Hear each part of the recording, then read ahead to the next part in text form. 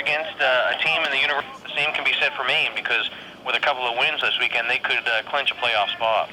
And for Stoneybrook, 8-8 in the conference, as we said. Rich Graham will lead off at second base. Dwayne Whitaker is the left fielder. He'll bat second. The shortstop is Matt Devins. He's the number 3 batter for the Seawolves. Rob Sandor is the cleanup batter. He'll be at third. Lee Lipschutz is in right field, batting fifth. Ed Cullis, the catcher. He's the number 6 batter. Andrew Larson, the center fielder, bats seventh. Stu Juarez is the DH, batting eighth. And R.J. Etzel is the first baseman, batting ninth. Kevin Willey on the mound, 3-5, 5.25 ERA. Starting lineups are brought to you by the Bangor Daily News. It's what you need to know. And here's the first pitch from Mike Collar. A little wild on the first one here tonight from Mike. Down in the dirt and past the catcher, Alan Picard, for ball one. Rich Graham, the batter for the Seawolves. Graham, a .277 hitter. 2 home runs, 17 RBIs. Next pitch from Mike Collar is a slider that misses outside, 2-0. When we talked about in the pregame interview with Coach Coffey, the whip for Mike Collar, walks and hits per inning pitched, and he's right at 1. Yeah, absolutely. I mean, he's just had a phenomenal year. 10 appearances so far this year coming into this game in 7 complete games. You just don't see that very often. After throwing ball 3, Mike Collar brings a fastball right down the middle. 3-1 the count on Rich Graham. Stoneybrook near the bottom in batting in the conference as ball 4 is thrown outside. So we start out by talking about Mike Collar and his great control, and he walks the first batter. Well, you should have known. You put the jinx on him to start the game, but I guess better to do it in the first inning than later on. But he really has had a fine season. 6-2 on the year, 3.30 ERA. But I mean, geez, coming into this game, 49 strikeouts and 10 walks is just very impressive. And then you look at the opponent's batting average, and opponents are only hitting .226 against Collar. So Graham on at first after the walk. Set by Mike Collar to the next batter. It's hit on the ground. Right to Joe Drapo at third. On the second for 1. Over to first. Double play. So on the first pitch to Dwayne Whitaker, the number 2 batter, he grounds into a 5-4-3 double play. Yeah, that was a nice job that time by the Maine defense. Sometimes very difficult on a ball hit to third base.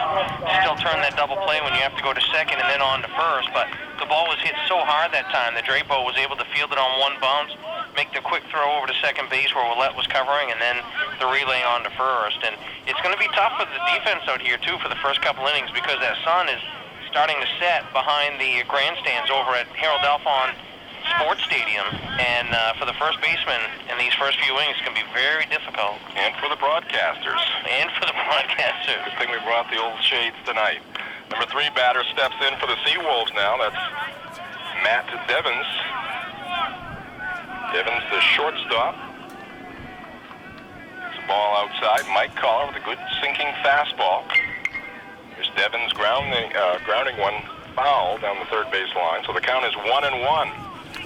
On the number 3 batter here in the top half of the first inning, America East Conference play. Stoneybrook paying their first visit to Orono, Maine, and Mahaney Diamond, first year in America East. 1-1 pitch from Mike Collar, breaking pitch, just a little bit outside. Great night for baseball, too. This is, without question, the best weather we've had for a Maine baseball game at home this season. The only other 2 decent days were the out-of-conference games here against Colby and Husson College, and first time in a while we've been able to have the window open here in the press box and sitting here comfortably. It's a beautiful night and nice crowd filling in here at Mahaney Diamond. 3-1 is the count on Devins, and a breaking pitch outside, ball 4. So here in the first inning, Mike Collar has walked 2 batters.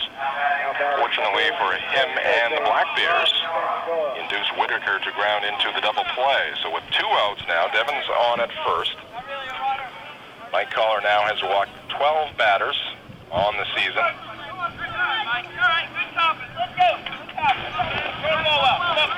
Devins gets his lead at first.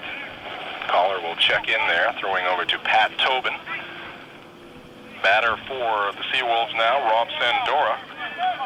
Third baseman, Sandora with a .283 average. 1 home run, 18 RBIs. Left-handed batter facing the right-hander Collar. The wind and the pitch, and it's in there for a strike. 0-1 the count to Sandora. Devens down there first base. 7 out of 9 in stolen base category so far this season. Pretty good lead over there at the first base bag. Set by Collar is 0-1 off speed down low. Maine defense for tonight's ball game. Joe Draper with third. Mike Fergie is the shortstop. Brett Willett at second. Pat Tobin getting the start at first. Mike Ross in left field with the injury to Simon Williams. Another throw to first by Collar. Diving back safely is Devens. Mike LaVolpe in center field for the Bears. And in right field for the 7 p.m. start, Aaron Young. Alan Picard behind the plate. And of course, Mike Collar, the sophomore. Last year's America East Rookie of the Year. From Scarborough, Maine. Now he's back up on the hill to the rubber. Looks in for the sign from Picard. The 0-1 pitch. Sinker hits the outside corner. He's quickly up in the count to Sandora. Now this is the first night game that Maine has played too, where they've had to contest with the sun because the Colby and Husson games, while mild temperatures, it was fairly cloudy, and they didn't have to worry about that at game time. Another throw to first.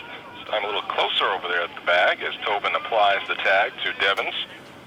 And he gets the right hand in there safely.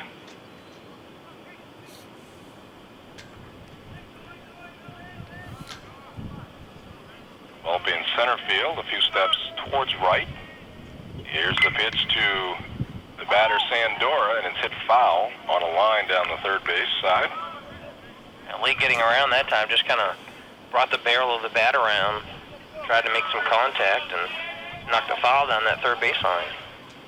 Head coach for the Seawolves is Matt Sink. He's in his 12th season as the head man. Michael, here we go. 0-2 now from Collar. Ball runs outside, ball 1. I've got 2-2, as does the home plate umpire. Scoreboard a pitch behind. So it's 2-2 on the batter, Rob Sandora. Red Sox coming up right after Maine baseball. They're still on the West Coast. After completing a 3-game sweep over the Oakland A's, the Sox now move up the coast to Seattle, Washington. They'll take on the Mariners tonight. Here's a pitch in on the fist. Lazy pop-up in the infield. The shortstop, Mike Fergie, squeezes it for out number 3. Lead off in center field. The DH batting second is Matt Reynolds. Alan Picard behind the plate hits third. Mike Ross in the cleanup spot. He'll be in left field. Joe Drapo is at third. He'll bat fifth. Pat Tobin is the first baseman here tonight, and he'll hit 6 for the Bears. Brett Willett at second, batting 7th. The number 8 hitter for Coach Costi is Mike Fergie. He is the shortstop. And Aaron Collar. You and your scorebook, you have trouble with that. That'd be Aaron Young. Yes, Aaron Young in right field for Maine. And the first pitch from Willie, the leadoff batter LaVolpe, is a ball outside. Right-hander Willie winds and deals, and this fastball nips the corner. And the count is 1-1. Volpe put back in that leadoff position the second game last Saturday. Curveball hit up the middle. Slowly hit. Volpe with good speed. The throw to first, and he's out. Ooh, close play over there. Thought maybe it might pull the first baseman, R.J. Etzel, off the bag, but he maintained contact there, and the Volpe is retired on a slowly hit ground ball to the second baseman. Yeah, right at the beginning when he hit that ball, I thought it might be an easy out, but then the ball was really kind of rolling slowly, and the second baseman, Graham, never really put a charge on it, and LaVolpe almost beat that one out. LaVolpe came into tonight's action batting .286. The number 2 hitter for Maine, Matt Reynolds, now steps in. He's up to .375. Had a nice game at Colby the other day. And he pops one up in the infield. Etzel now, first baseman in foul territory. He'll make the catch for out number 2. During this break, Clem, I'm going to have to talk to the scoreboard operator because somebody's asleep at the wheel over there. Lagging behind a little bit. It's a tough song. Can't see the fingers down there on the umpire. Quickly, 2 down for the Black Bears. Alan Picard will now step into the left-handed batter's box. Picard, left-handed hitting catcher from Quebec, wears number 11. The Black Bears wearing their blue jerseys, white pants. For this night ball game here at Mahaney Diamond, Picard takes a fastball outside. Kevin Willey, 3-5, we mentioned, 5.25 ERA. This is his 15th appearance, his 11th start, and he gets a called strike. Took a little off that one. You know, some of the numbers when you look at Willie aren't very impressive at the beginning when you see 3-5 record and a 5.25 ERA, but over 58 innings, he has 46 strikeouts and just 16 walks. Good breaking pitch there, in underneath the hands of Picard, swings over it, and it's 1-2. Maybe the ball. Lights aren't working out there on the scoreboard because I don't think I've seen a ball yet up there. 1-2 the count, swing and a miss on a pitch in the dirt. The catcher will have to step out and fire down to first base. Cull to Etzel. Picard strikes out to end the first. That cloud, you really didn't need it because that's a bright sun that we have out here tonight. 5, 6, and 7 batters due up for the Seawolves here in inning number 2. Lee Lipschutz, Ed Cull, and Andrew Larson. Facing Mike Collar, the first pitch to Lipschutz is in there for a strike. Lipschutz, a right-handed batter. 301 on the season. Gets one on the ground, and it's a foul ball. Just foul.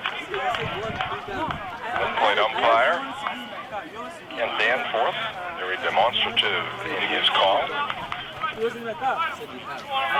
now to Lipschutz. That's 2 home runs and 24 RBIs. Down on the count 0-2. Breaking pitch misses outside. It's 1-2.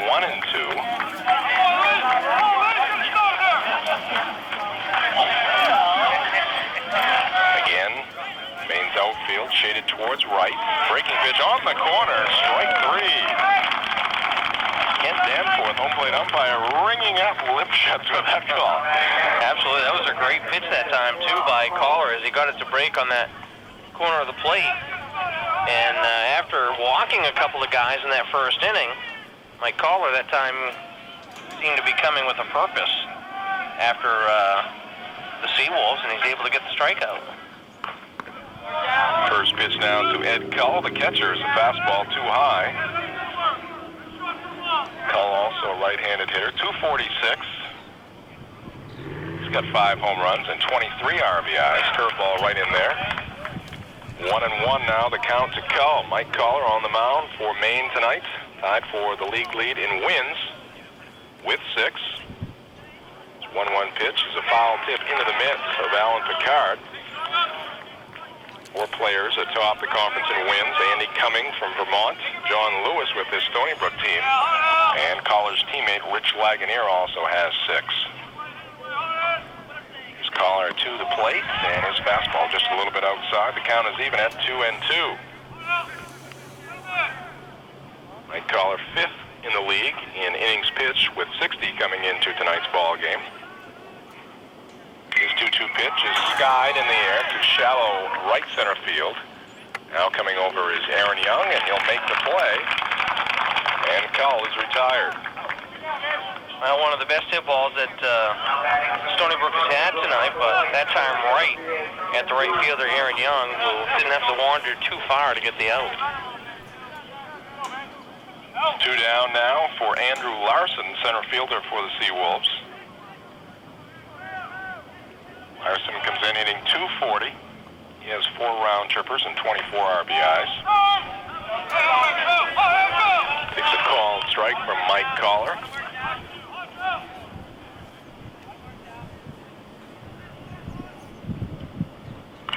Breaking pitch hits slowly to Drapo at third. Feels it cleanly. Fires over to Pat Tobin. 1, 2, 3 here in the second. The Seawolves are retired. We've played 1.5 in their regular season. All conference games for this weekend against Stoneybrook.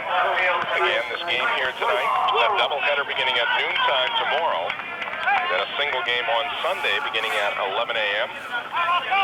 And then next weekend they head to New York to take on Binghamton. Tony Kornheiser's alma mater. That's right. Maybe there'll be a statue out there in Binghamton somewhere. I wouldn't count on it. Right after he ripped them for changing their mascot. Mike Ross leads off for the Black Bears here in inning number 2. He's the cleanup batter that fouls one to the backstop. They have problems with the scoreboard, Clem. Things just are not happening out there. No, I think they have some people up here looking at it, and I believe probably a problem with the controller up here that operates the balls and the strikes. So I take back everything I said earlier about being asleep at the wheel. 1-1 pitch down low. It's now 2-1 to Mike Ross. Mike Ross had an interesting day on Wednesday against Colby. His first 5 at-bats, a walk, a hit by pitch, a walk, and then a walk. Then he got a little anxious after not taking many swings and struck out in his 6th at-bat.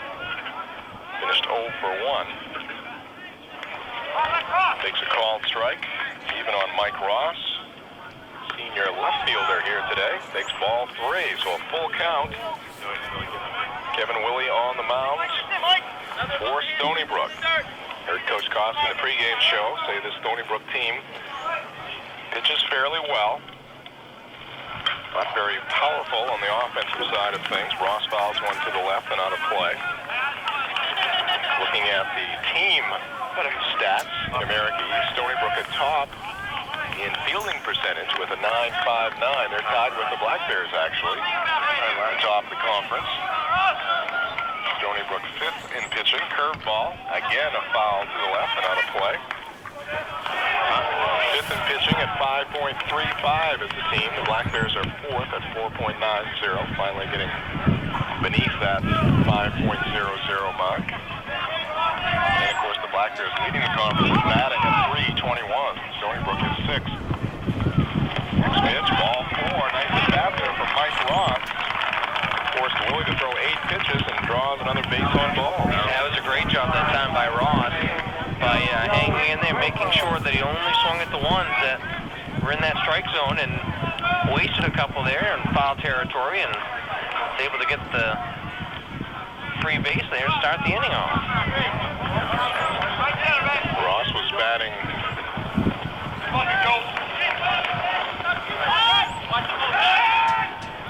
first base. He's back. Ross is batting .299. Still at the .299 mark after that walk. Joe Drapo now up there. Right-handed batter from Biddeford takes a big swing. Doesn't make any contact. He's going to get through the catcher Cull, go all the way to the backstop. Mike Ross rounds second base, but he'll hold there on the wild pitch by Kevin Willie. So strike 1 to Drapo. Wild pitch allows Willie to go, Ross to go to second. Willie, the pitcher for Stoneybrook. Drapo up there for the Black Bears. .351 is his batting average. Leads the team with 9 home runs. 51 ribbies for Drapo. Guys, this one to the right and out of play. Upset with himself that time. He saw a pitch that time that he wanted to go after and was a little late getting around on it and wasted it over that first base dugout. Takes a little stroll outside the batter's box. Now he's back in there, slightly open stance. Here's the 0-2 from Willie. It's down in the dirt. 1-2 the count to Drapo. Broadcast time tomorrow. Be on with you 11:45 from Mahaney Diamonds. 1-2 pitch from Willie. Curveball, chopped foul towards the main dugout, so the count remains 1-2. We mentioned the .321 batting average for the Black Bears coming in. That leads America East by a substantial margin. The next best team in batting average is Albany, and they're at .287, tied with Northeastern. Another 1-2 pitch, a fastball right down the middle. Drapo could not pull the trigger, and he's called out on strikes. That's the second strikeout in the game for Kevin Willie. Ross remains at second base for the number 6 hitter, Pat Tobin. Well, unlike the first inning when the main pitchers were going after some of those early pitches and let Willie off the hook without much work, this time at least some longer at bats with Ross getting the walk, and then Drapo, even though he got the strikeout, at least took some pitches from Willie and made him work a little bit for it. Pat Tobin had a nice afternoon the other day in Waterville. Hit 2 out of Coombs Field against Colby. He takes a ball down low on a breaking pitch from Kevin Willie.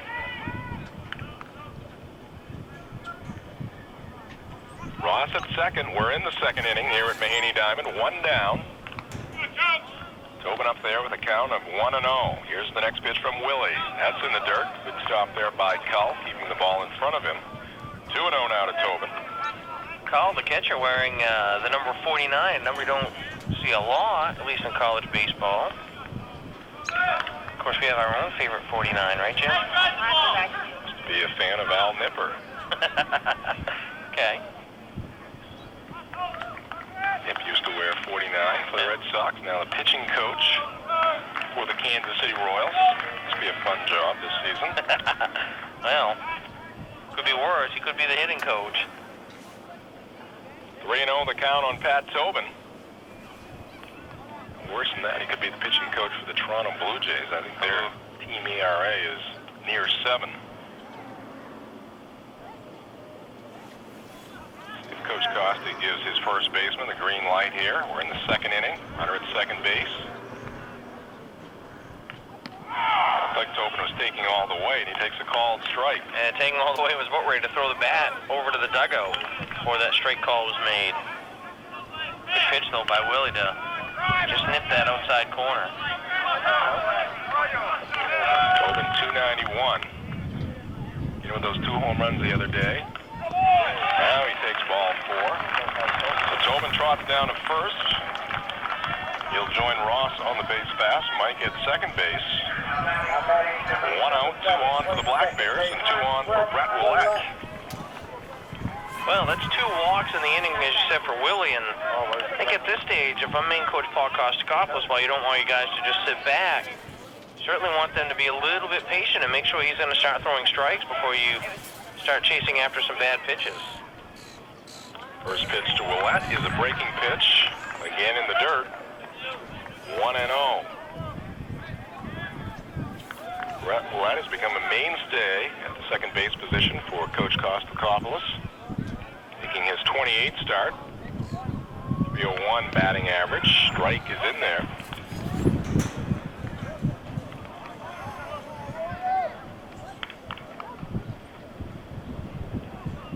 Willett from Keene, New Hampshire, has 1 home run. That came last Sunday.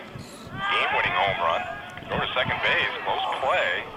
Shortstop coming in behind Ross. Quick tag made there by Devens. And just Devens, a hair too late. Yeah, he had the ball in the glove before Ross got back to the bag. Just couldn't get the tag down in time. The set now by Willie. Checks Ross. Comes in with a breaking pitch that stays inside. And it's 2-1 on number 7 for Maine.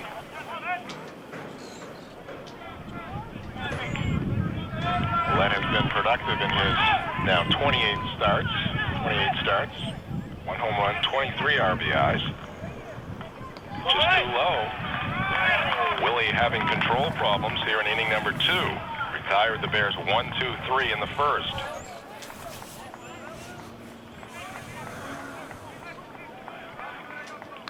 Willie gets the sign from his catcher Cull. Checks second, now to the plate. And it's strike 2. So Willie goes full to his second Maine batter here in the second inning. This one, it looks like Maine's able to come up with a walk. Willie seems to come back right at the last second with a good pitch. Now the question is, will he be able to get Willett out? Because he's lost 2 batters already in this inning. Ross dancing off second. Here's the 3-2 pitch, and it's another ball. Ball 4. Pat Tobin up to second. Brett Willett on at first. With the 3rd walk in the inning. Ross walked to lead off. Joe Drapo was called out on strikes. Successive walks to Tobin and Willett. Has loaded him up. Rigid right-handed batter from Belmore, New York. Takes a slider on the corner. 0-1 to Mike Farigi. He's making his 21st start for Maine, batting .241, no home runs, 12 RBIs. 0-1 pitch, big swing and a miss. Yeah, see that time, Farigi chasing one on the outside portion of the plate. Probably would have been a ball, but he went after it and took a swing. And again, bases loaded, and all those guys got there by way of the walk. I might be a little bit more patient right now. Next pitch misses outside, 1-2. Well, this is a situation where Maine has not done all that well in recent weeks, having a runner at third with less than 2 outs. Bears have had trouble putting the ball in play and have stranded some runners in scoring position. The set by Willie. 1-2 pitch is in there, called strike 3. Parigi frozen at the plate. Takes a called strike, so again the Bears come up empty in that situation with the runner at third and less than 2 outs. That time, Mike Parigi got a little bit of a look from Coach Costa. In fact, he's looking at in the dugout at him now. I don't think very happy. You know, it's one thing, coaches, you know, while they won't be happy if you strike out, they at least want you swinging at them. And when bases loaded, you got to be swinging at anything close. And that time, you just kind of watched it go by. The Bears in danger of a major squander here, as our good buddy Joe Castiglione would say. Ball 1 is thrown to Aaron Young. Young, the number 9 batter, playing in right field for Maine.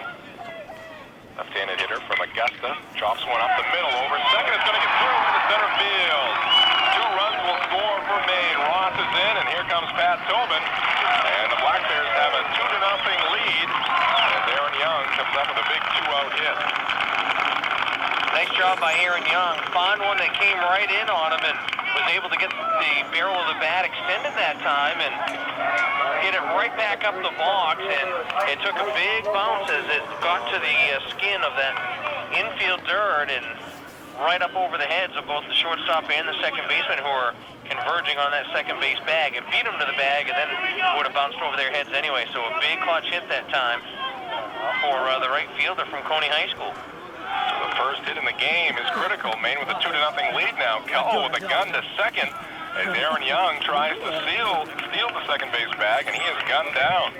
Throw right on the money. 30 pitches thrown in that bottom half of the second inning by the Stoneybrook starter, Kevin Willie. Gives up 2 runs to the Black Bears. Issued 3 walks in the inning. Those came back to haunt him. So Mike Culler goes to the hill with the lead here in the third, and take us through the middle part of the game, I'll pass it over to Clem Labrie. All right, and starting off for the Stoneybrook Seawolves is Stu Juarez, the designated hitter, takes the first pitch for a strike, and the second offering from Collar is swung on and missed, strike 2. Juarez, the DH, getting his first at-bat of the game. Maine Black Bears with the 2-0 lead, and we are in the top of the third inning. The first game of the 4-game series this weekend between the Bears and the Seawolves. Next pitch is going to miss outside, ball 1 from Collar. If you're wondering what these teams are doing playing tonight, because there's a little bit of a change in the schedule. Instead of playing doubleheaders on Saturday and Sunday, next pitch is swung on, and a shallow fly ball in fair territory. Diving for it is Tobin. He can't come up with it. And Juarez will stay alive here in the count at 1-2. Good offering that time by Tobin, who had a long ways to run over by the warning track, but couldn't quite come up with it. Yeah, good effort there by Tobin, getting the start tonight. Has shared time at first base with Jesse Carlton. Had a good jump on the baseball, then kind of slipped as he hit the grass. Covered and made a valiant attempt, but came up just a little shy. Collar with the new ball. He'll set and fire. Next pitch will just miss inside, ball 2. So the count 2-2 now on Juarez. Yeah, mentioned the change in the schedule. Instead of 2 games on Saturday and 2 on Sunday, you're going to play this nighttime game here tonight. Next pitch, swung on and missed, strike 3. Mike Collar with his second strikeout of the game, and there's 1 away for Stoneybrook in their half of the third inning. The schedule will be a doubleheader for tomorrow, but instead of a noontime start, as is usually the case on Saturdays, it'll be a 1 o'clock start. So 1 o'clock tomorrow, and they'll play the doubleheader, and then on Sunday, Mother's Day, they'll play the 1 7-inning game beginning at 11. R.J. Etzel, the third baseman, now at the plate. He'll look at the first pitch in there for a called strike. Mike Collin from Scarborough, Maine, out on the mound. Next pitch from him will be check swing. They're going to check and say he went around, and it'll be strike 2 on Etzel. Mike Collar looking for win number 7 on the season.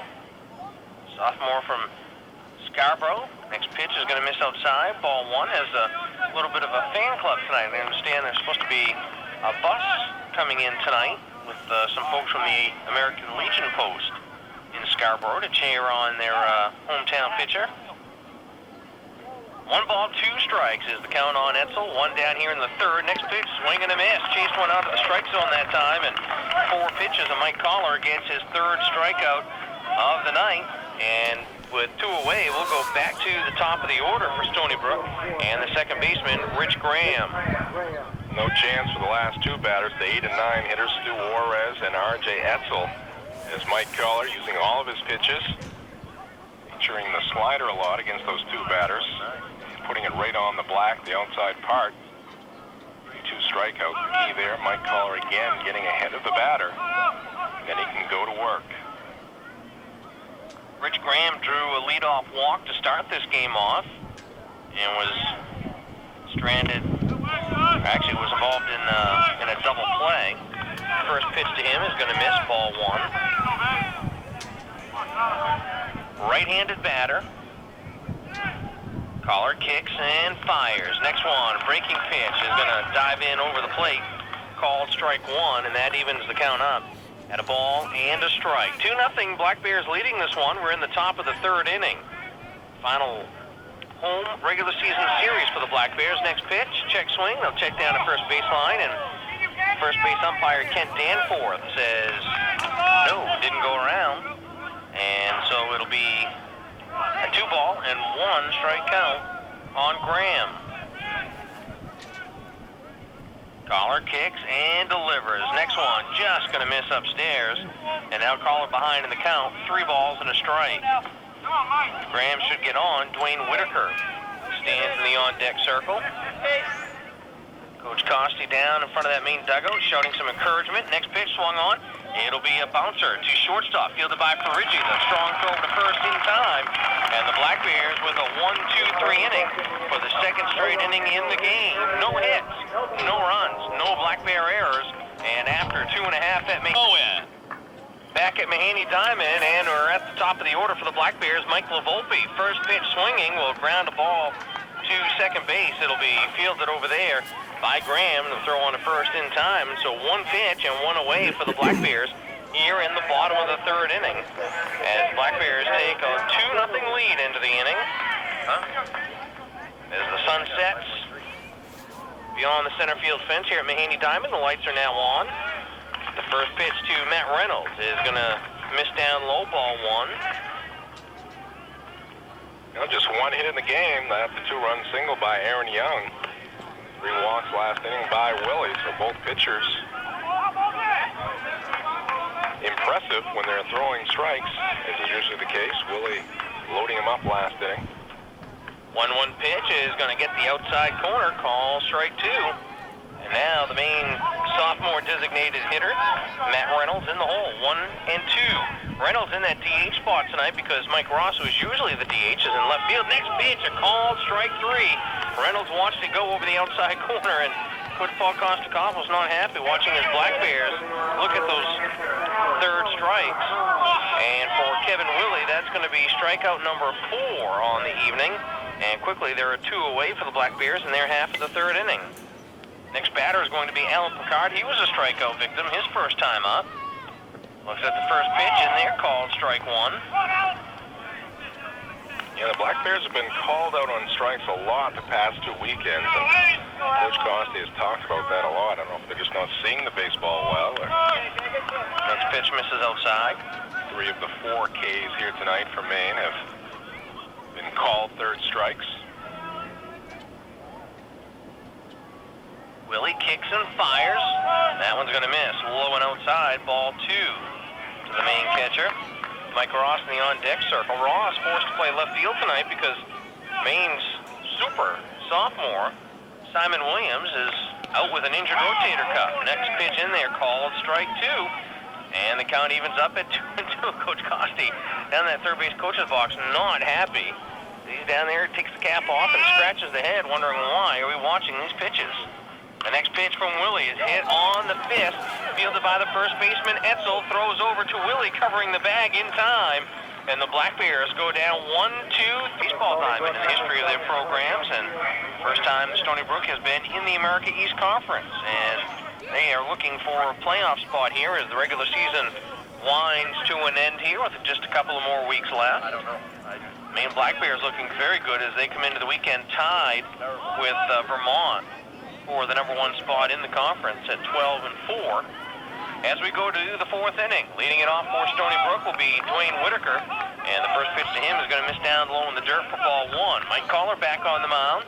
He's had a good night so far for the Maine Black Bears. Gave up a couple of walks in the first inning, but since then has really settled down with a couple of back-to-back 1-2-3 innings. Collar kicks and fires. Next one is going to be swung on and missed, and that evens the count up at 1-1. Clem, Collar really has the slider working well here tonight. Starting near the outside part of the plate, and then oftentimes breaking outside, but it's too late for the Seawolf batters. Next pitch fouled at the plate, and Picard will pick it up in foul territory, and just like that, Whitaker now in the hole, 1-2. Black Bears going for their 33rd win of the season. Overall, their record is 32-12. Maine, of course, with 34 wins last year, looking to at least even that, do that in the next 2 games. Next pitch is going to be hit back over Collar's head, and it's going to be bobbled by Ferriggi. He'll get it, but it won't have a play at first, as it was a bouncing ball over Collar's head. He couldn't come up with it. Ferriggi charging behind the mound, tried to quickly glove it and make the throw, but didn't quite have it in the glove and couldn't hang on, and so Stoneybrook will have the leadoff man on here in the 4th inning. Yeah, it was going to be a tough play from Ferriggi. I was watching the base runner Whitaker, and I don't think, Clem, even if he fielded it cleanly, he was going to get Whitaker at first base. Give Ferriggi the error, but it's a tough play for the Maine shortstop. Stoneybrook still without a base hit in this ball game. Whitaker on first, 7 out of 9 in the stolen base category as Collar throws over and Whitaker dives back in.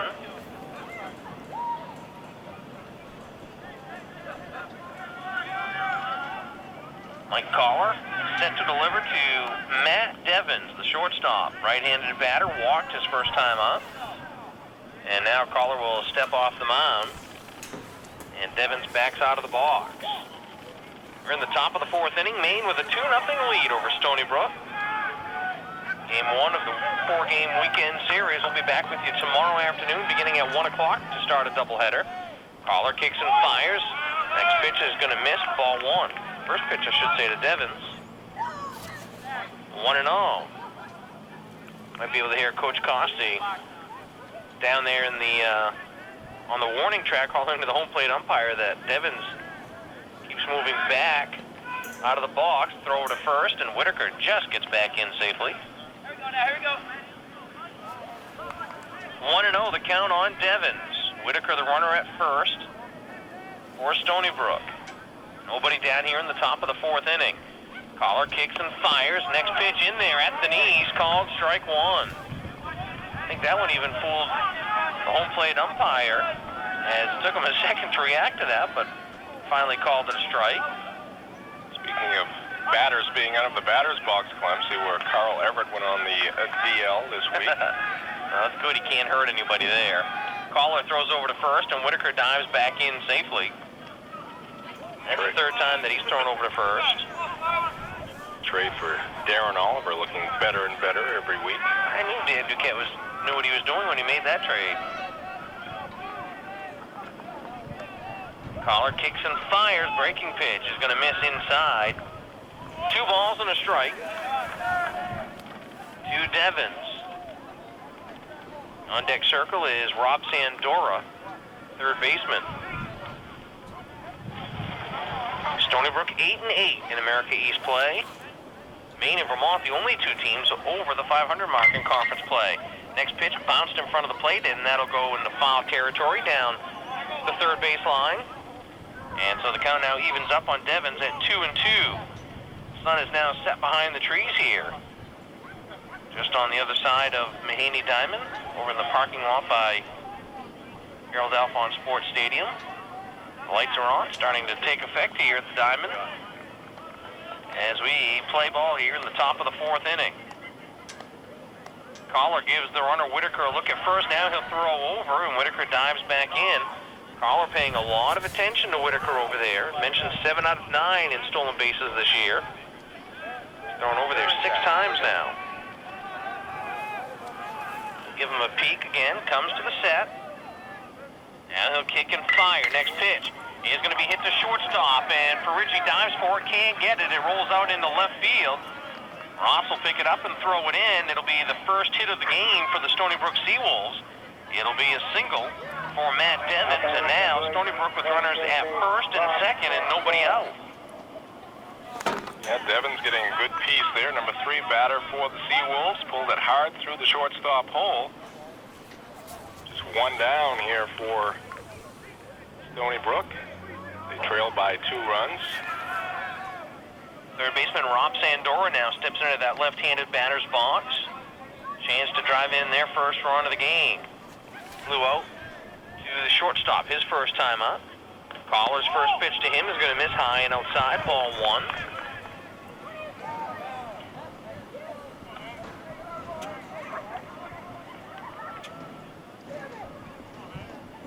Collar will give everybody a check around the bases. Nobody down here at the top of the 4th inning. Collar will kick and fire. Next pitch misses outside, ball 2. First time in the game that Stoneybrook has had 2 base runners on.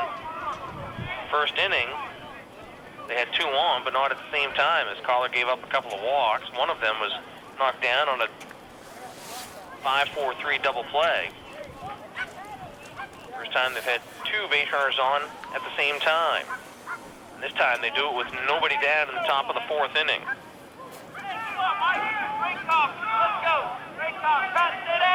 Here's Coach Costi shouting out some instructions and encouragement down in front of the dugout. Collar kicks and fires after a little conference with the catcher Alan Picard.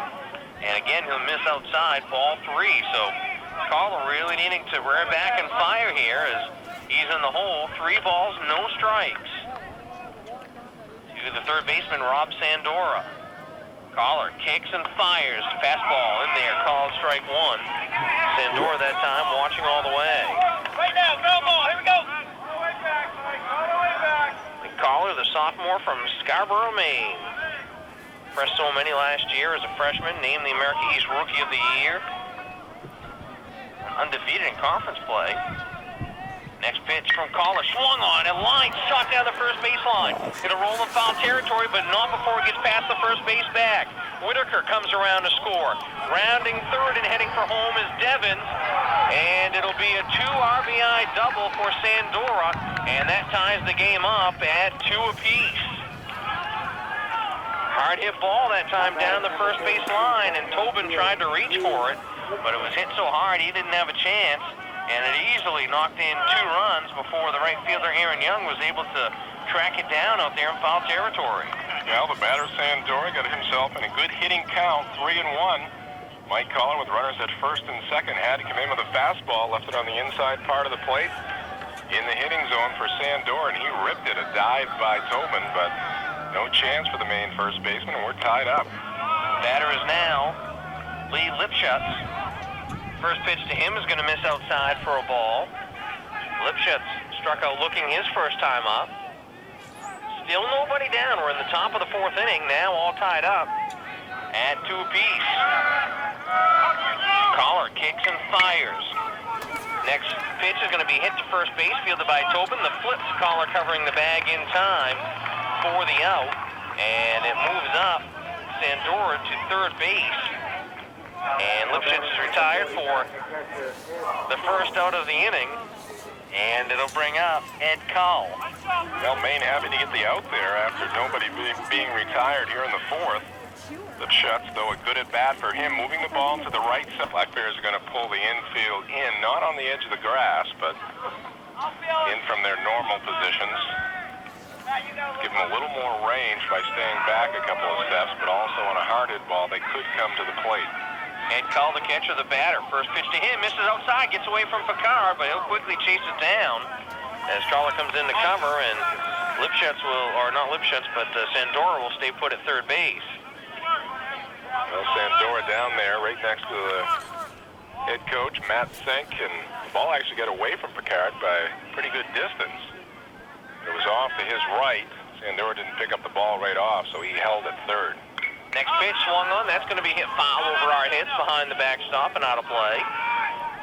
And the count will leave it up at 1-1. 2-2 is the score as Stoneybrook gets their first 2 hits of the game here in the inning, and one of them, a 2 RBI double by Rob Sandora. He stands down at third base now with 1 out. And Ed Call at the plate with a 1-1 count. Mike Collar taking a little extra time up there on the rubber. Sets and fires. And that one's going to miss. Low and outside, ball 2. Stoneybrook players out on the top step of their dugout, trying to rally on their teammates and see if they can't get another run across here. Collar's 2-1 pitch misses low in the dirt again, and Picard saves it from getting to the backstop. And Sandora will stay put at third. That was a fastball in the left-handed batter's box. Not a lot of time to react there by the catcher Picard. Just kind of stabbed at it across his body, knocked it down, keeping that runner at third base. So Collar finds himself in the hole once again. 3 balls and a strike to Call. Collar kicks and fires again, down low in the dirt. Picard will pick it out of there, but it's a ball, and Call will take the walk down to first, and Stoneybrook with 1 away will have runners at the corners. Andrew Larson now the batter, grounded out to third his first time up. Larson, a freshman from Valley Stream, New York. Right-handed batter, steps in there for the second time tonight against Collar. Stoneybrook really has something going here in the 4th. They've already tied it up with 2 runs. And now a timeout called by Larson. He'll step out of the box and readjust the batter's gloves. Also want to pass along to you a score from softball today as the season has come to an end for the Maine softball team, losing to Albany by a 4-0 score in the America East tournament. Black Bears lost yesterday in the opening round to Hartford by a 1-0 score. And really, I think, set back by the fact that they didn't have their freshman pitcher, Jenna Merchant, who's been so big for them this year. Tried to give it a go today. She has a stress fracture on her foot. Didn't pitch yesterday. And went just 2 1/3 innings today before finally having to leave the game. But a great season for Coach Deb Smith. The team didn't even come close to making the playoffs last year and really bounced back with a great campaign this year. Next pitch from Collar is going to be popped up. Going back to the shortstop for Reggie, just on the outfield grass. He'll squeeze it for the out. Everybody will stay put, and there's now 2 away. A big out for the Black Bears there. Now a good pitch by Mike Collar. Fastball running in on the hands. Hit off the fist by Larson. Just an easy pop-up for the shortstop Mike Ferriggi. So the Black Bears just 1 out away here from keeping this a 2-2 ball game. Great batter coming up. That's Stu Juarez, who struck out his first time up. He gets in there this time, right-handed batter with runners at the corners. 2 down, top of the 4th inning. 2 across so far for Stoneybrook to tie the game up. Collar kicks and fires, and the first one's in there for a called strike. Mike Collar struggled a little bit with control in the first inning, walked a couple of guys, but then came back with a couple of 1-2-3 innings. And again is labored here in the 4th. Steps off, looks the runner back to third, now gives the first base a look and keep the ball right with him. You know, Mike Collar, for a sophomore, very polished pitcher. He was a very polished pitcher as a freshman as well. And these are the type of situations where these final 2 outs, you keep it a 2-2 game, you give your team a chance to come up and take the lead again. Next pitch was swung on and missed for strike 2. So Collar, for one of the few times in the inning, ahead in the count. No balls and 2 strikes. Runners at the corners, 2 down. Collar looking to get out of the inning without surrendering the lead. Next pitch is going to miss outside as Collar wastes one that time, trying to get Juarez to go after it. Guard's done a nice job in this inning, defending those wild pitches. A couple of pitches down in the dirt to his right, and he's worked hard to keep this a 2-2 score. Collar kicks and fires. That one just missing inside as Juarez backs the hands out of there. And the count evens up at 2-2. This caller the past several weekends got used to pitching that Saturday game either at noontime or 1 p.m. and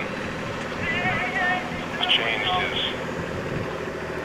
rotation has been changed just slightly, but it really shouldn't affect him. Just a matter of about a half a day for Collar. Mike McDonald will pitch the first game tomorrow. Again, it gets underway at 1 o'clock here at Maine Diamond, and then Rich Lagunier will go in game number 2 for the Black Bears tomorrow. 2-2 pitch from Collar, just missing low outside. Hey, what good job there by Juarez to lay off that pitch. Got 2 strikes on him. A very good slider there from Collar. Just missed. Juarez able to check the swing.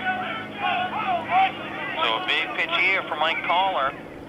3-2 pitch is going to miss upstairs. Juarez had a duck out of the way as it went over his head. And Collar, after being ahead in the count, 0-2, loses the number 8 batter. And now the bases will be loaded as we go to the number 9 man in the lineup, R.J. Etzel. Hey, Whitcomb, I got to be careful what I talk to Costi in the pregame about. Talked about the progression of the injuries, people getting healthy on Wednesday, and then Simon Williams with the shoulder injury. And first pitch, and Etzel's going to foul that one over the first base dugout out of play. The pregame show tonight, we were raving about Mike Collar's whip, and coming in with just 10 walks all season long, and tonight here against Stoneybrook, big right-hander has walked 5 already. You're going to get the silent treatment from Costi. I've had that before. I think everybody has. Next pitch is going to miss down low, ball 1. Collar in this game has given 4 walks to Stoneybrook. You just don't see that. 2 in the first inning and 2 here in the 4th. Collar just doesn't seem quite as sharp. Looked okay in the second and third innings. Got the 1, 2, 3 innings, but just seems to be missing those outside and inside corners. Bases are loaded, no plays for Etzel, 2 down. Top of the 4th, next pitch swung on. That one's going to be hit foul out of play down the right field side and down by the grandstands. And so the count will leave it up at 2-2. Good to see a lot of Maine students here at the ballpark tonight. The lights are on. A good night for baseball finally. And looks like we're probably going to have one of the best crowds of the year, too. Great night for it, that's for sure. Really like to see a strikeout here. Next pitch is going to miss outside for Card. Had to get out of the crunch to get that one and just barely got it. And the count is now full on Etzel. Collar is throwing just 42 pitches coming into this inning. Crowd trying to give him a hand here. The next pitch. Oh, strike 3.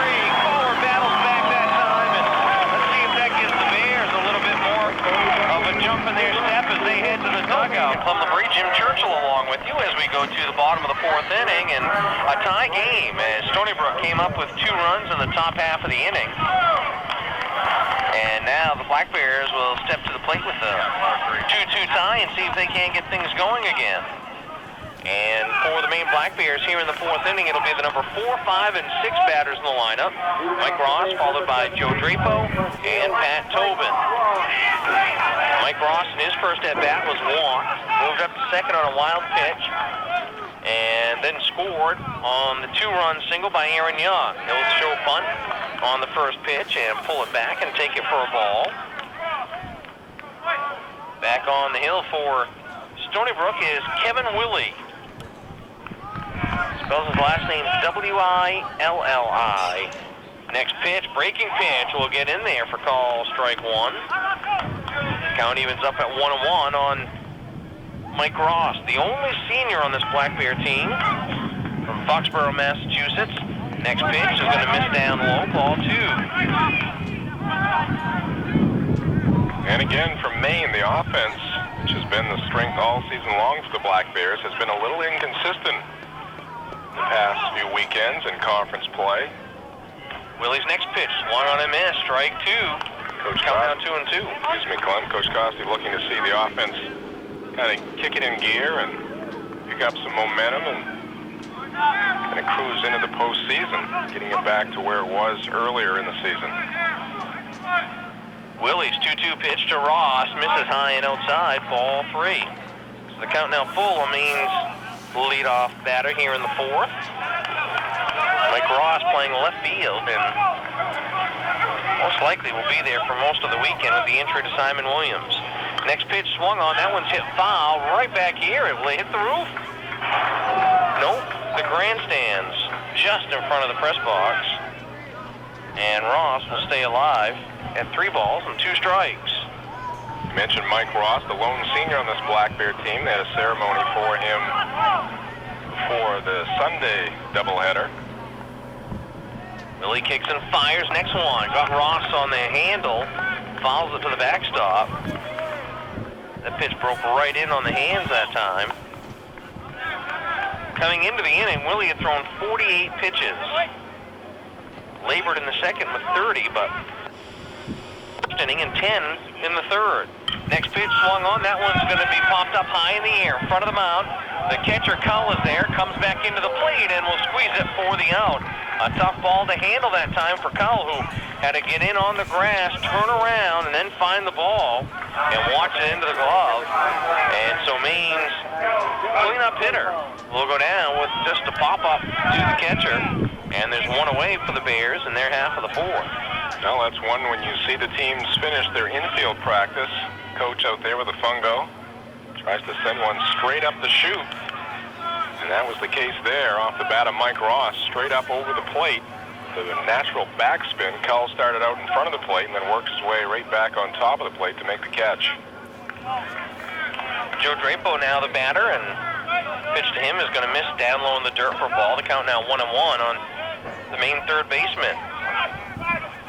Junior from Biddeford swings at the next pitch and fouls it right straight back to the backstop for a strike. Joe would like to have that one back too. Had a good hack at a pitch right down the middle. Just missed though, fouled it straight back at the backstop. Willie's next pitch swung on and missed. Strike 3 as Drapo that time chased one way out of the strike zone. And for the second time in the game, Joe Drapo goes down on strikes. And that's going to be the 5th strikeout of the game for Kevin Willie. And there are 2 away for the Black Bears here in the 4th. Joe Drapo, who has dropped a little bit here in the batting order, now in that 5th slot. He has struggled a little bit in the last couple of weeks. Pat Tobin now the batter and swings at the first offering from Willie and misses, strike 1. Drapo has now struck out 38 times. That leads the team. Simon Williams second with 36 Ks. Willie kicks and fires, breaking pitch, just going to miss outside, ball 1. Big hook on that one, couldn't quite get it back over the plate. Pat Tobin, the first baseman in this game, and really, for the most part, split time this year with Jesse Carlton. Next pitch is going to miss outside, ball 2. Jeff Patton hasn't had quite the season he had last year. Did a lot more for the Black Bears last season. Had some big hits for the Bears, especially down the stretch. Next pitch, swing and a miss. And the count will now be 2-2 on Tobin.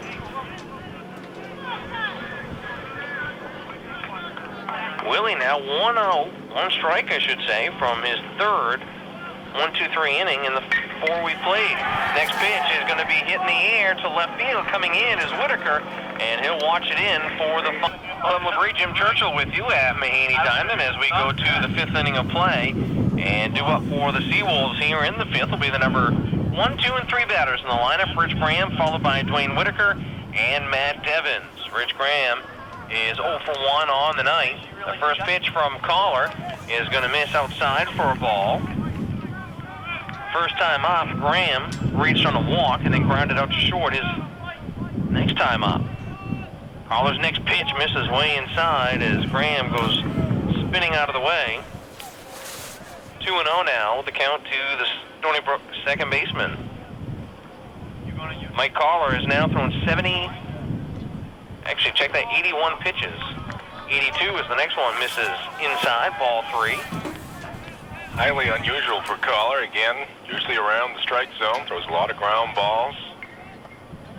Usually a very low pitch count. Next pitch is in there for called strike 1.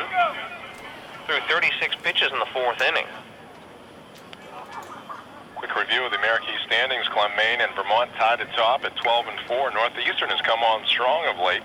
They're back to 500 at 10-10. They'll be playing out of conference this weekend. Stoneybrook at 8-8. Binghamton 7-9. Albany 6, 7-13. Next pitch foul to the backstop right off the end of the bat of Graham, and the count now full. Schedule this weekend, Albany at Binghamton. They'll play 2 tomorrow and 2 on Sunday. Vermont will be at Hartford for 2 on Saturday and Sunday. And as we said, Northeastern out of conference, taking on New York Tech and Pace. 4 games over the weekend.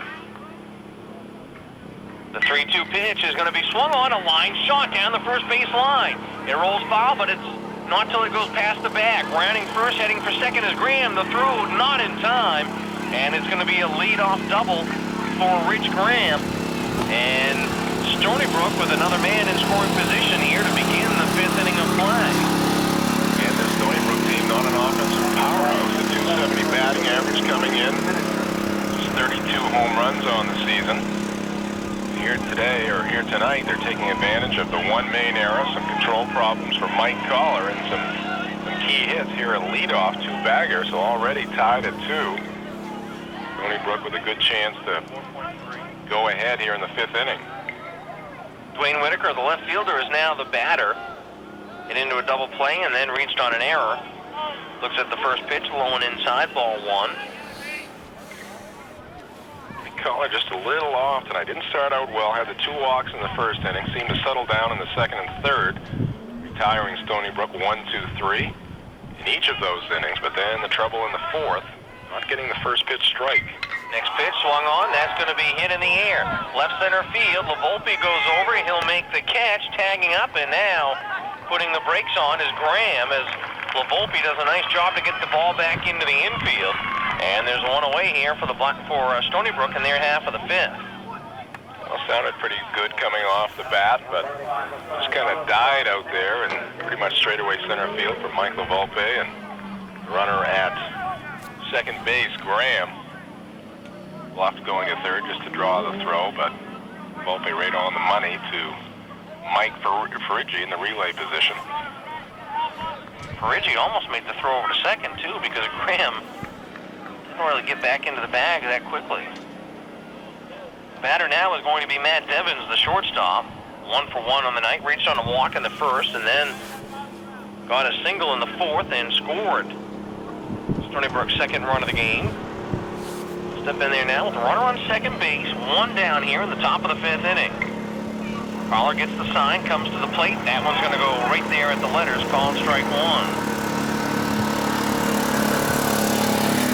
Last time that Evans was up, Coach Costi was hollering at the home plate umpire that he was moving around, backing out of the box just before the pitch was coming in. Seems to be standing in there this time. Next pitch on the inside corner. Devins not happy with it, but Collar will take it as he gets ahead of the count now, 0-2. Well, this is one of those cases here tonight too, Clem, where Collar can really show his stuff. He doesn't have his best stuff or his best command here tonight, but he can kind of grind it out, keep his team in the game, and give his team an opportunity to win. Had a victory earlier in the season like that against Northeastern. Next pitch just misses that outside corner. Maine fans wanted it, but it goes to 1-2 now on Devins. The on-deck circle is Rob Sandora, who's driven in the 2 Stoneybrook runs tonight. Collar gets the sign, kicks and fires. Swing and a miss on a breaking pitch, strike 3. And Mike Collar gets strikeout number 5 on the night. And there's now 2 away in Stoneybrook's half of the 5th. third baseman. Well, there's the case of Mike Collar getting ahead in the count, 1-2. Actually was up 0-2, but on that fourth pitch, the 1-2 count, kind of worked in and out against Evans, and then finally went out. Got Evans to strike out. So 2 outs here without advancing that runner to third base. Lead-off double. Graham still standing out there at second. Infield back on the outfield grass with 2 down and a runner at second. That Tobin now shaded a little bit more towards that first base line because Sandora's 2 RBI double back in the last inning was a hard hit line drive right down that first base line. Collar's first pitch is going to miss inside, ball 1. Black Bears and Seawolves in game 1 of a 4-game weekend set. 2 games tomorrow. Doubleheader beginning at 1 o'clock, and then they'll wrap up the series on Sunday with an 11 o'clock start here at Mahaney Diamond. We'll be here for all 4 games. Next pitch misses inside, ball 2. Of course, the Americas tournament being held here at Mahaney Diamond, and tickets are going on sale for the Americas tournament beginning on Sunday. Tournament being held the 23rd through the 25th. That's a Thursday, Friday, and Saturday. Next pitch in there, called strike 1. Buy tickets at the Mahaney Diamond ticket booth on Sunday and at the UMaine Athletic ticket office starting on Monday. Good to see a nice crowd up here at Mahaney Diamond for that tournament. It's been a while since University of Maine has hosted a baseball tournament. Next pitch in there, called strike 2 as Collar gets the breaking pitch across.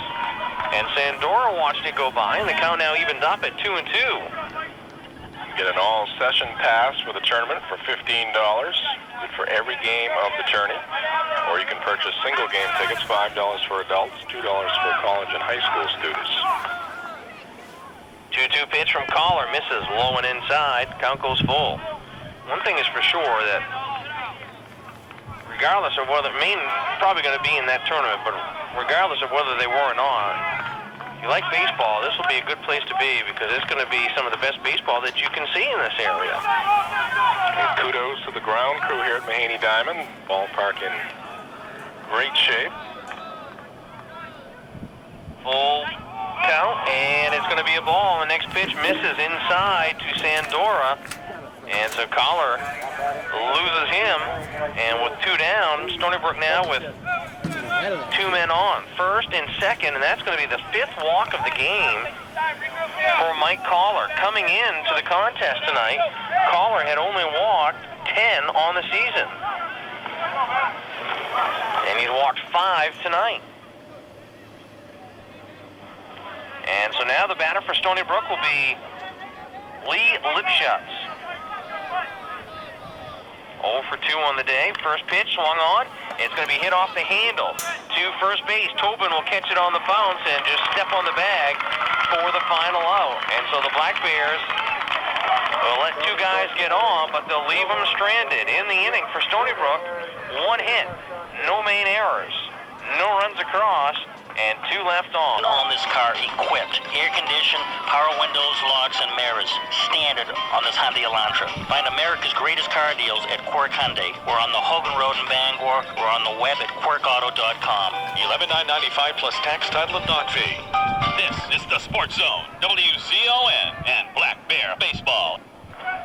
Back at Mahaney Diamond Club Labrie, Jim Churchill along with you. We move to the bottom of the 5th inning in this tie game between Maine and Stoneybrook. 2-2. Is the score. Brett will let the batter to start things off for the Maine Black Bears here in the 5th, and the first pitch to him is going to be fouled over the backstop for strike 1. Kevin Willey back on the mound for the Seawolves. The next pitch is going to miss. Low and outside, ball 1, so the count evened up at 1-1. Next pitch hit right back up the middle in the air. Center fielder comes in. Now he'll go back and make the catch. Almost fooled Larson that time, as he came in on the ball and then at the last second realized he was going the wrong way. And fortunately for him, he was able to get back there. And there's 1 away for Maine here in the 5th inning. Yeah, well, oftentimes for the outfield, those line drives hit right at you are the hardest ones to gauge. And that time Larson a couple of steps in before having to retreat and make the catch on a hard hit ball off the bat of Brett Roulette. Mike Ferriggi, the batter now, swings and misses at the first pitch. Next one, he hits right back up the middle, past the diving second baseman Graham, and in the right center field, and Ferriggi will start off with a single here for the Black Bears. He may not see action tomorrow because he has Coach Costi fuming as he took a big turn around first base, and the first baseman was way over at the second base position. The catcher, though, Cull, made his way down the line, and they threw the ball in and almost got Ferriggi, who wasn't watching for the catcher. He has not been on Coach Costi's favorite list tonight. Struck out looking his last time up. Aaron Young now the batter. Bunts one right back to the pitcher. The throw to first in time for the out, but it moves the runner up to second base for Ferriggi. But there are two away here in the fifth inning. Yeah, just made one shot. Aaron Young, I think, was going for the base hit there. He is a very good butter, and has a few run singles this season, but that time a little too hard and a little too, directed right back at the pitcher, and an easy play for Willie there as he fired on to first, but Maine does have a runner in scoring position now with 2 outs. And we go back to the top of the order. Mike LaVolpe, who has grounded out twice tonight to second base. Now stands in there with the runner in scoring position, swings at the first pitch and hits it foul down the third base line. Going to get Mike LaVolpe, not your prototypical leadoff batter. Here he's in an RBI situation and hacking away at that first pitch. Maine has not had success getting down in the count here tonight, so LaVolpe saying, I'm going to go after that first fastball I see, and fouls that one off. Next pitch misses outside, ball 1. Nice gap for LaVolpe in right center field. Willie's 1-1 pitch, and that's going to miss down low, ball 2. The right fielder Lipschutz is not right on the line, but shaded over toward the line more than we see from a lot of right fielders here, so there's a lot of room up that right center line. Now the next pitch is going to be a slow roller to short, and he's going to get in there safely. Ball gets away from the first baseman. Coming down from third and scoring is Ferriggi, and the Maine Black Bears take a 3-2 lead. It was a slow roller to short, and the shortstop Devens had to make a quick throw because the speedy LaVolpe was getting up the line, threw it in the dirt. It got past Etzel, the first baseman, and Ferriggi was able to score easily and give the Maine Black Bears the 3-2 lead. Well, not a good play there by Devens. You got to know the opponent, and Mike LaVolpe leading off has very good speed for the Black Bears. A slowly hit ball into the shortstop hole. No chance for Devens to retire LaVolpe. Instead, he rushes the throw, makes the throw when he should have eaten the baseball, got past the first baseman, and that allows Maine to take the lead. And so the batter now is Matt Reynolds, the designated hitter. Throw over to first, and LaVolpe dives back in safely. And look for LaVolpe to possibly be going here. Next pitch is going to be hit high in the air, but to second base. Going back is Graham, and he'll make the catch over by the right field line, and the inning comes to In combination, Maine Baseball and the Sports Zone, WZON. We're at Mahaney Diamond Club. Labrie, Jim Churchill along with you as we move to the 6th inning of play. A 3-2 lead for the Maine Black Bears, and to take us through the last couple of innings, we'll turn things back over to Jim Churchill. All right, Clem, thank you very much. Mike Collar, a lead for him once again as the Black Bears pick up an unearned run in that bottom half of the 5th inning. Ed Cull, the first batter here in the 6th for Stoneybrook, and he's down on the count 0-2. A called strike and then a big swing and a miss. It's 1-1. That first pitch was a ball. A big hack on pitch number 2. Cull not making contact, makes contact here. Very good contact. It's hit on line down the left field line. Going in the corner to pick it up is Mike Ross, but it's going to be a leadoff double again for Stoneybrook. This time Ed Cull doing the honors. Well, that time a hard hit ball, and the one thing here at Mahaney, Maine usually has their left fielder really shaded over towards center, and that time the ball was hit about 15 feet off that left field line, but because there's so much room there, Mike Ross had to make a long run to get that ball. When that gets down there, that's going to be an easy double for anybody who's able to get it there, and so after Maine gets the 1-run lead, just like that, Stoneybrook gets their leadoff man in scoring position. The Seawolves now out hitting Maine 4-3. Cull at second base, and squaring to bunt is the next batter. Throw down a second by Picard. Airmails it over the head of Farigi. Backing up there is Mike LaVolpe, and that'll keep the runner at second base, Cull. Well, Picard has had some trouble, too. We saw early in the game, after Collar took his warm-up throws, and Picard's throw down to second base sailed high and into center field, and Maine got lucky on that one that LaVolpe did a good job to back up. It was a strike to Larson. Stuck the bat out there, trying to lay down the bunt. Get called to third, but no contact by Larson. Collar looks to second. Farigi coming in behind the base runner. No throw made by Collar. He does spin and bluff Cull back to the base. Runner at second, nobody out here in the top half of the sixth inning. Jim Churchill, Clem Labrie with you from Mahaney Diamond, the site of the America East Tournament, coming up later on this month. Here this weekend, the Bears playing host to the Stoneybrook Seawolves. Stoneybrook just became a Division I team back in 2000. Had a lot of success under the guidance of Matt Sink in his 12th year at the helm. Another square here by Larson. Fouls this one at the plate, actually behind the plate to the backstop. So he's down in the count 0-2. Not a good job here by Larson, trying to advance the base runner with the bunt.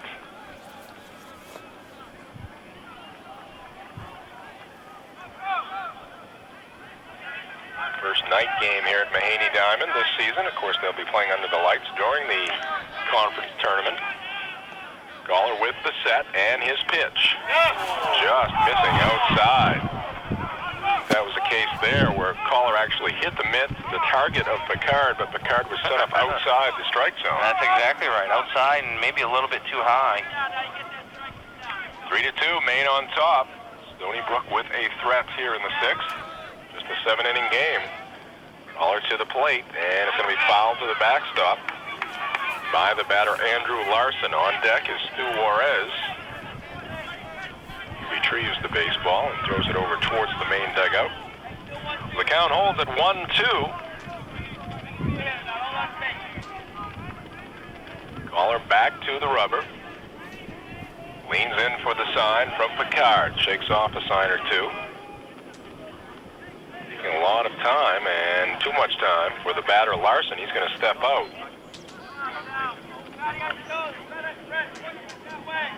Flag in center field is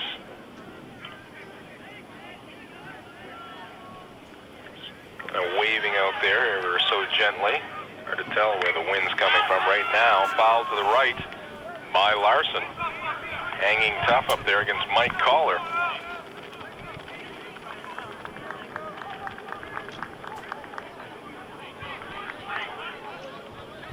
The thing about these Stoneybrook hitters so far tonight is they've either been fooled completely by Collar and he has 5 strikeouts tonight, or been able to get the bat on the ball. Here's a check swing. It's actually going to be a foul tip into the mid of Alan Picard. So another strikeout from Mike Collar. Andrew Larson going down swing, kind of a half swing. Ticked off the bat into the mid of Picard. So 1 down here in the top half of the 6th inning. Cull remains at second base. And that'll bring up Stu Juarez. Juarez in the game 0 for 1. Struck out in the 3rd, drew a base on balls in the 4th.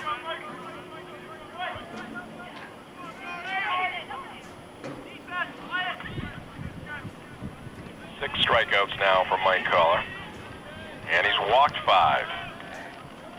Sets and now pitches to Juarez. It's boxed around by Picard. Goes off his mitt over towards the Maine dugout. Looks like he might have been crossed up by Collar there. Did not react well. And the ball just kind of glanced off his glove. Well, it looked like he was set up on the outside portion of the plate that time, and the ball came to the inside. Now, it looked like he got his glove over in time, and it looked like it was in his glove. He just didn't get it squeezed in time. Yeah, he just kind of made a stab at it, though, and he kind of glanced back at Collar on his way to get the baseball, and the two are conferring now near the mound. So a little miscommunication there. You cross up the catcher, you can make him look bad, and I think that was the case there. It'll go down as a pass ball.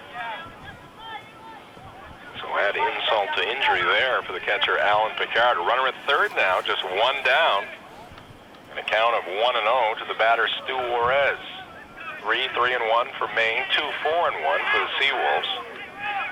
Here's the 1-0 pitch. It's up and in. 2-0 now to Juarez. Celtics leading at the half, 37-33 over the Detroit Pistons in Game 3 of their second round playoff series. Here's the 2-0. And it's too low. 3-0 count now to the number 8 hitter, and this simply is not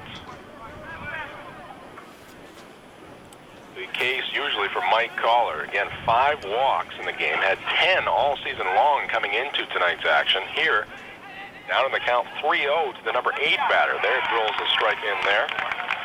3-1 now to Juarez. Main defense again at halfway. Hard hit ball at them. They can come to the plate.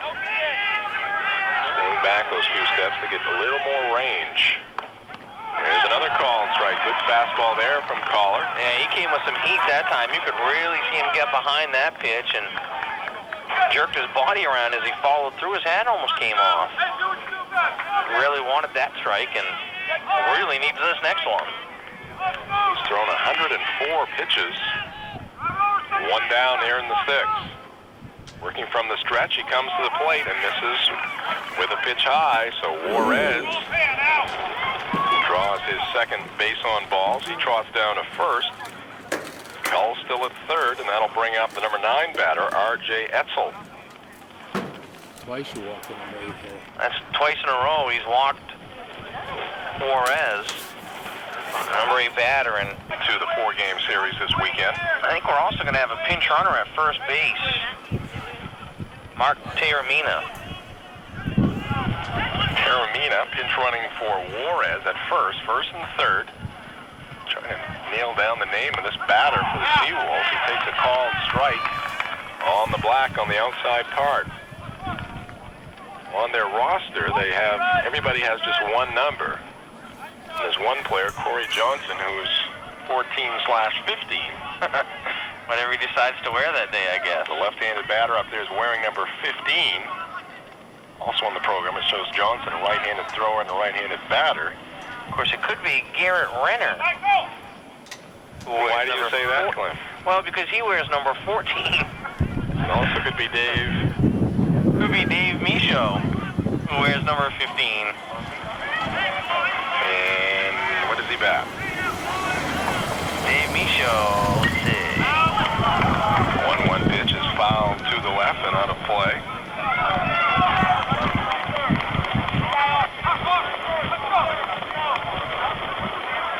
Dave Michaud, bat left. We're going with Michaud. I think that's our man right there.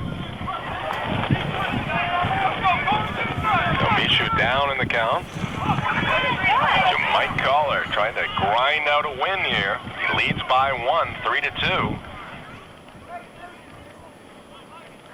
However, the Seawolves have a couple of base runners, first and third. Here's the pitch. Fastball runs away outside the strike zone. Well, if it is Dave Michaud, which we believe it is, he's batting .237. Does not have a home run and has 5 RBIs on the season. He's pinch hitting for the first baseman, R.J. Etzel. Wind kicking up here at Mahaney now appears to be blowing in from center field. Can kind of have an odd-looking sky out there beyond the fence in center field. Supposed to have a little bit of a blustery day here tomorrow as well. The doubleheader. Something we're not used to. Time to close the window again tomorrow. Fastball right in there, called strike 3. The batter Michaud throws it at the plate as Collar came in, and Michaud could not react. He goes down, called out on strikes. So now 2 outs remain. They can push the infield back now. They were at double play depth, hoping for the ground ball, but Mike Collar sends Michaud back to the dugout.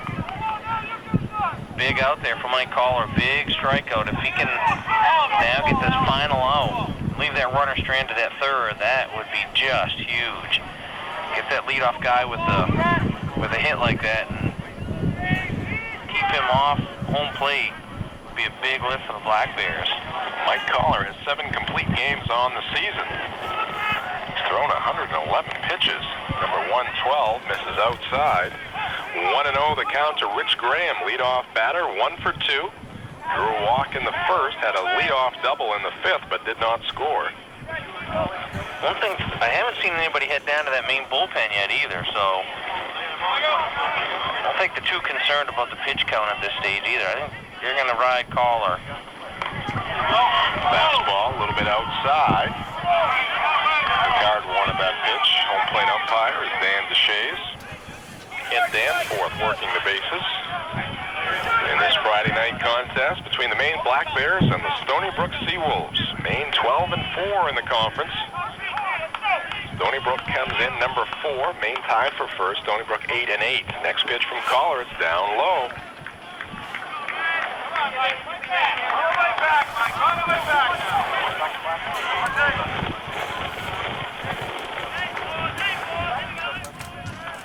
Maine infield is deep.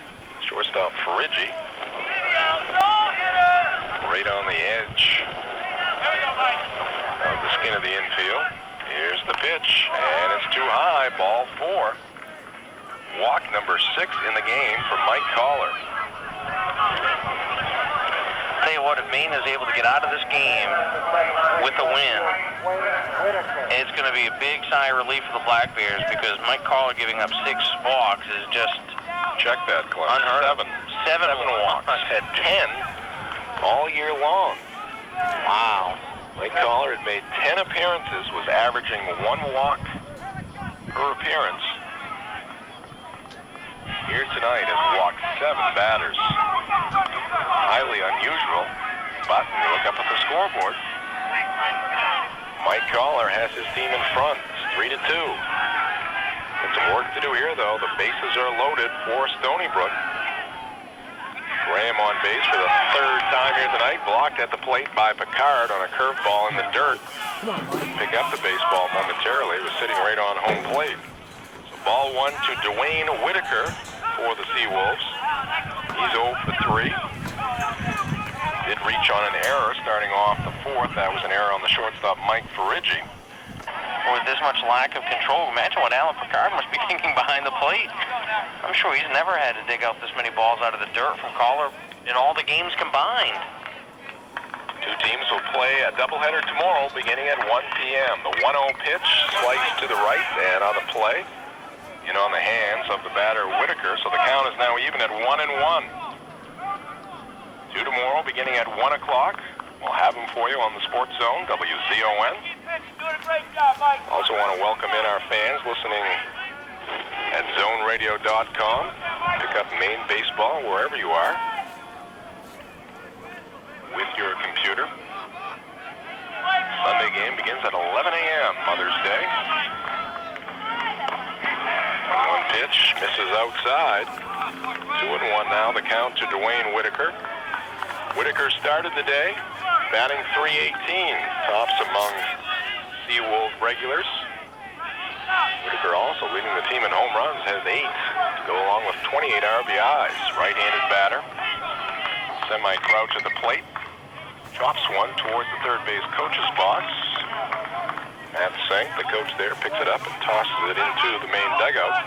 So we're even at 2-2. Big pitch coming up here. You don't want to go 3-2. But all those base runners in motion. A shot up the gap could score 3 runs here. Whitaker back in the box. Collar to the set. And here's his pitch. In on the hand, slowly hit towards third. Drapo with the charge, has it, fires to Tobin, on the money, and Whitaker is retired, and so are the Seawolves here in the 6th. Mike Collar escapes a big jam here in the 6th, and he and the Bears lead Stoneybrook 3-2. Half of the 6th inning with bases loaded. Close calls from Mike Collar, not his best performance in his collegiate career, but has his team in front 3-2. Maine will send up their 3, 4, 5 batters. You gotta get some runs. Here You gotta hit the 6th, ball. Alan Picard, Mike Ross, and Joe Drapo. The 3 are a combined 0 for 5. Ross threw a walk in the second. Here's a chopper in front of the plate, unable to pick up the baseball. It's the catcher Cull. And sliding into first base safely is Alan Picard. No throw made by the catcher Cull. Just could not pick up the baseball. Nice hustle, too, by Alan Picard. He knew that the ball wasn't hit that far in front of the plate, and he did a nice job. He really worked hard getting up the line and then did the head-first dive into the bag, and as it turned out, didn't need to, as Cull wasn't able to pick it up and make a throw to first, but good way for the Bears to start off here because they would certainly like to put some more runs on the board. Well, I've seen Alan Picard hit several home runs this season, over 400 feet. That ball about an 8-footer out in front of the plate. But it's a leadoff single for Alan Picard. The next batter, the cleanup man, Mike Ross, takes a ball. And now Matt Senk is going to emerge from the Stoneybrook dugout. Turns for an across. Maine would be in good shape, I think. Conference has broken up on the mound. Ross back in the left-handed batter's box. Picard with his lead at first. The pitch to the plate by Willie popped up in the infield. Bandura, the third baseman, moving over towards the main dugout on the track. He makes the catch. Picard tagged at first, bluffs towards second, but he'll stay right at the first base bag. So Mike Ross pops out to the third baseman in foul territory. One down now for Maine.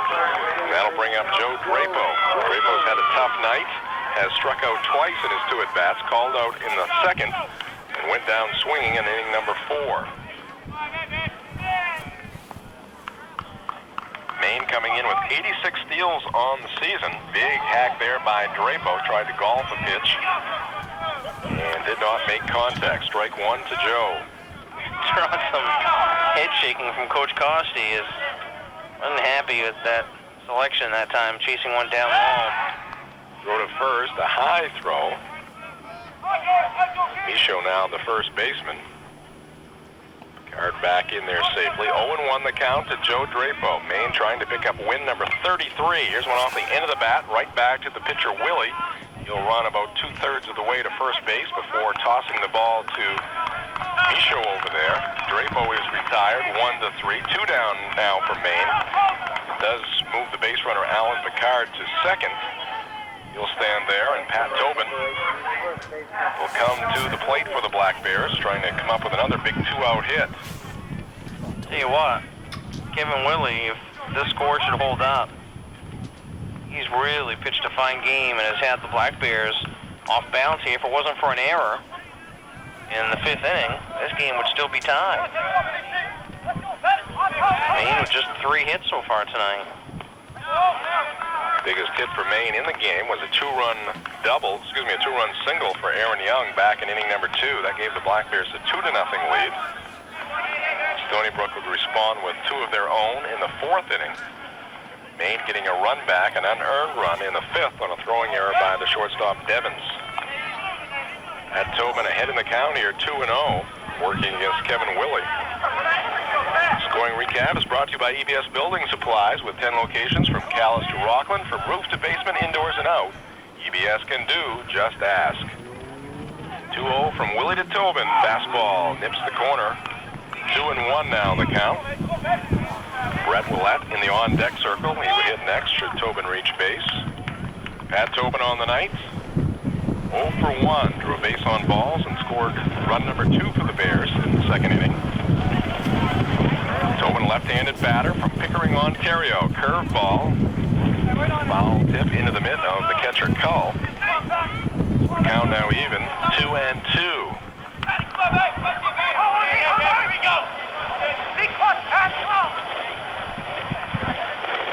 They're talking about the Maine steals. They now have 91 after the Wednesday affair at Colby.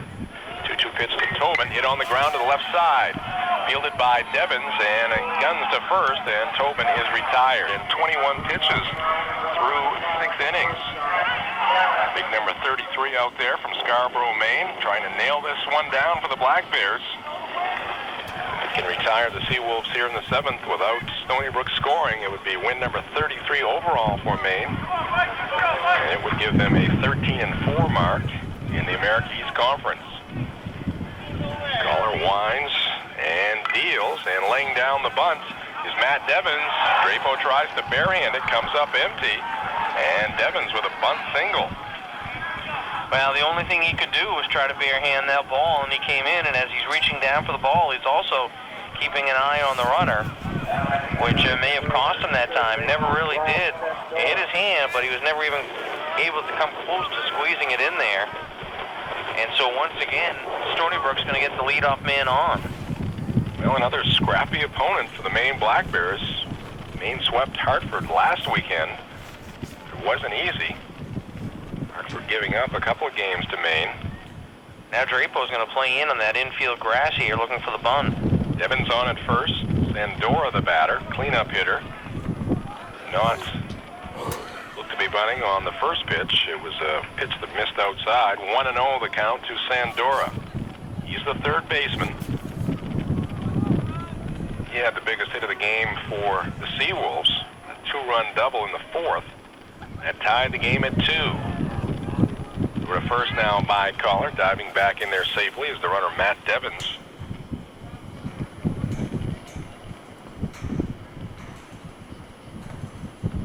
Back here tomorrow at 1 for a double dip between the Seawolves and the Black Bears. To have you with us on the Sports Zone Black Bear Network. If you can't make it up here to Mahaney Diamond. Celtics leading at last word at the Fleet Center in the third quarter. Low scoring affair at the Fleet. Celtics holding a single-digit lead. Fouled at the plate off the body of Sandora. That'll even things at 1-1. Of course, the Red Sox are in action tonight as well. They're still out on the West Coast, beginning a 3-game series against the Seattle Mariners tonight. Fresh off their 3-game sweep of the Oakland A's. Sox now 24-7, the best record in baseball. Clem and I are looking for the Bo Sox to take at least 2 out of 3 in Seattle and come home with a nice 9-1 road trip. I'd be surprised if they didn't take 2 out of 3. That's how confident I am. Even though Ricky Henderson's already starting to mouth off. Gotta keep things lively. Can't be too peaceful. The deuce gone now. Somebody's gotta stir things up. Pick up where he left off. Right here, Maine leading 3-2 despite being out hit 5-3 after the bunt single. Fastball runs away 2-0. 2-1 the count to Sandora. Devens at first.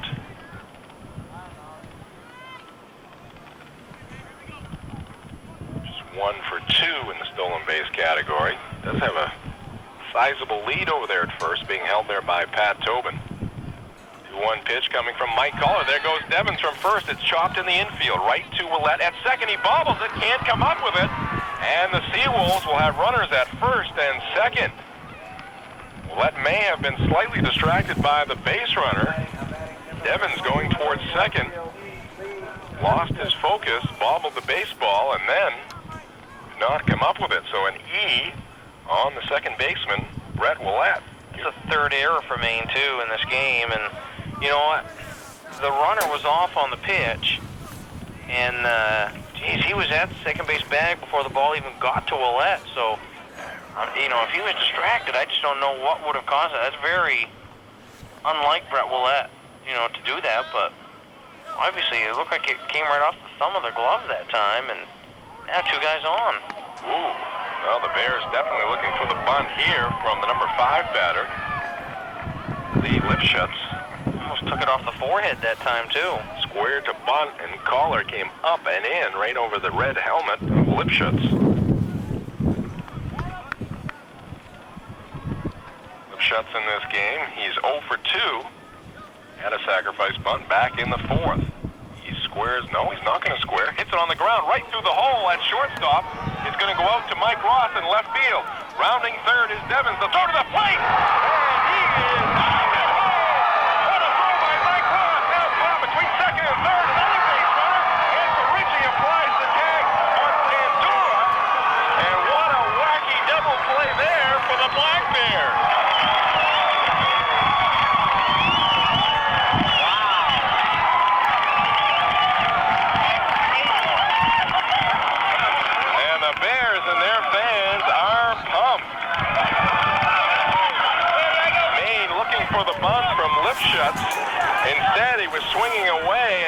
right through the vacated hole at short as Ferriggi was looking to cover second base. Mike Ross with a hard charge from left field and threw a strike to the catcher, Alan Picard, who was blocking the plate. He applied the tag, held on to the baseball. And then, I don't know what happened to Sandora. He got caught between second and third. Picard Slide, and he just came right down on his chest and tagged him out. And even more impressive was the heads-up play by Picard to get the ball back into the infield where they had the rundown going between second and third. to give Lipschutt the base hit. He moves up to second on all the throws. Now a pitch in the dirt. It's going to glance off Picard over towards the Seawolf dugout. And moving up to third base will be Lipschutt. Yeah, what happened that time, though, is I'm not sure that really hit the dirt. I think it came down. I think Picard might have misjudged that. And it looked like it bounced right off his shin guard and bounced over toward the first base dugout. The wind is blowing in here at Mahaney. 2 outs in the top half of the 7th inning. Mike Collar trying to nail down his 7th victory of the season. And number 33 for the Black Bears. Here's his pitch. Hits the corner for a strike. 1-1 the count. Come on, to Michael, Ed bear Cole, down. the catcher for Stoneybrook. He's 1 for 2. Also has a walk. Had a leadoff double in the 6th. A 1-1 pitch slung up there by Collar. It's fouled to the screen. Black Bears just 1 strike away. Tell you what, after that double play, if Collar can come down here and get a strikeout or just get this final out, the fans here, I think, are going to go crazy at Mahaney Diamond. Would be a very tough loss for Stoneybrook. They're looking for wins this weekend. 8-8, number 4 in the conference. Tied in winning percentage with Northeastern at 10-10. Right behind them, Binghamton, 7-9. Here's the 1-2. It's too high. 2-2 the count to Ed Cull. Maine got 2 in the 2nd. The Seawolves picked up 2 in the 4th. Black Bears an unearned run in the 5th. And that's where we stand, 3-2. Stoneybrook out hitting Maine. The Black Bears leading where it counts. Here it is. It's in there for strike 3. Picard doesn't handle it. He's going to have to throw down to first. And the play is completed. It's a strikeout from Mike Collar. And the ball game is over. The Maine Black Bears picking up a 3-2 win. A very eventful and wacky and exciting 7th inning here. But Maine will emerge with win number 33 and number 13 in America East. Just a tremendous effort. Mike Collar, without question, his worst outing of the season. 6 walks in the game, just didn't have the control right from the first inning, but was still able to hang in there, limit Stoneybrook to 5 hits and the 2 runs, and Maine to be able to gut one out here. Very impressive as the Black Bears head out into left field, and Maine pitching coach Scott Friedholm with his arm around Mike Collar, I'm sure, saying, hey, don't worry about it. You get the win, we get the win, and you can put this one behind you. A very impressive and gutsy performance by the Black Bears, and doing it not so much with the bats tonight, but when it counted, able to do it defensively.